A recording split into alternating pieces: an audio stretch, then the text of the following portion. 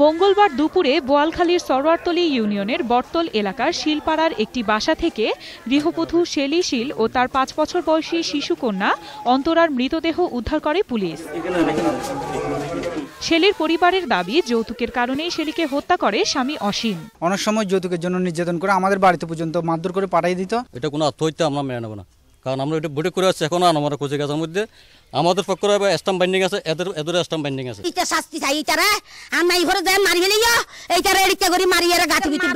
ঘটনার পর থেকে স্বামী অসীম শীল পলাতক থাকলেও ছেলের নির্দোষ বলে দাবি তার মায়ের। বউ নিজে ঘর হইতে আসিল, ওনারা চিন্তা না ছেলে নেই, তো এটা রান্না বান্না করি। এদিকে পুলিশ জানায়, গৃহবধূর ঝুলন্ত মৃতদেহ উদ্ধার করায় এটি হত্যা না আত্মহত্যা তা বোঝা যাচ্ছে না। এ ব্যাপারে তদন্ত চলছে।